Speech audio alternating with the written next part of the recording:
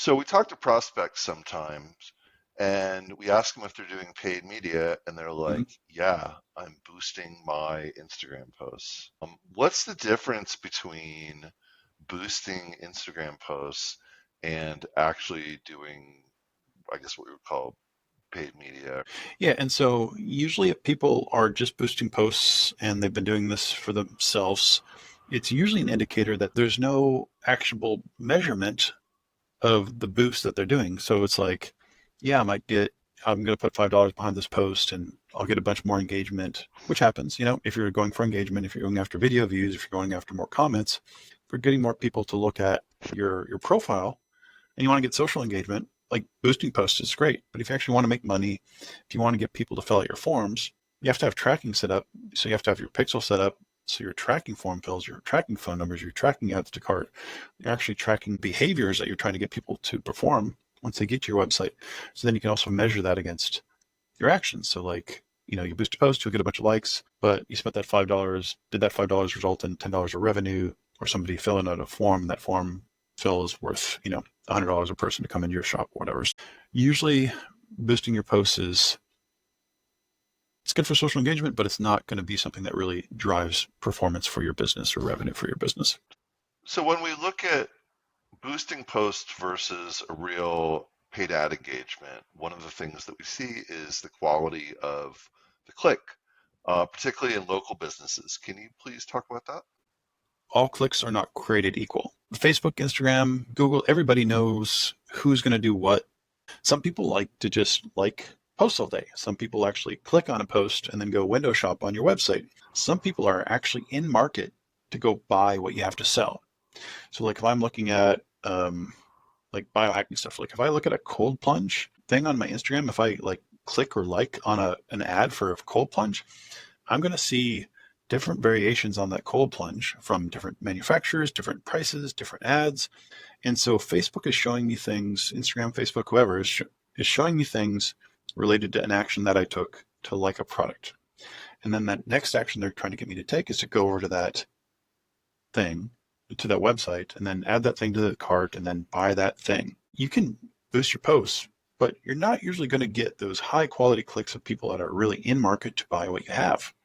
And that's usually once you get into like a real ads manager versus boosting a post from your page or from your profile, bidding on somebody that wants to make a purchase versus somebody that wants to like your post or somebody that wants to follow you on Instagram. And so, somebody to click to your website to just go look at your website might cost you 50 cents, might cost you $1, but a click for somebody that might want to buy something from you might cost $5 because this person that's interested in this product, Instagram, Facebook, Google, they know that that person's click is probably worth this amount. And that's also driven by what other advertisers are willing to bid for that type of click, for that type of person to sell this type of product. So like if you're bidding on like gold or insurance and you're trying to sell these high ticket items, a click for you might cost $100 for a click, but that person that clicks on that could be worth $100,000, $1 million to your business versus selling pens. Person that you want to sell 100 pens to that's going to be worth like $10. A click from that person might cost you 12 cents. And so, like I said, not all clicks are created equal. And if you're boosting your posts, you're probably getting low quality clicks for looky loos and people that like to, fill out, look at your stuff, the window shoppers, right? You're not going to be bidding on qualified customers. So it sounds like what you're saying is when I boost a post, I'm just showing the post to more people in my network and increasing the engagement that I would get organically.